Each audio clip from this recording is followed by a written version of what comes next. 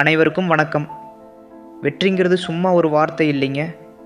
அது நம்மளோட ரத்தம், வேர்வை, கண்ணீரில் உருவான ஒரு விஷயம். அது ஒரு ஆளோட கதை மட்டும் இல்லை, எல்லா மனுஷனோட கனவும் அதுதான்.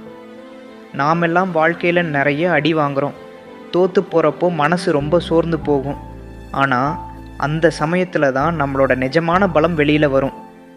வெற்றிங்கிறது ஒரு முடிவு இல்லை, அது ஒரு பயணம்.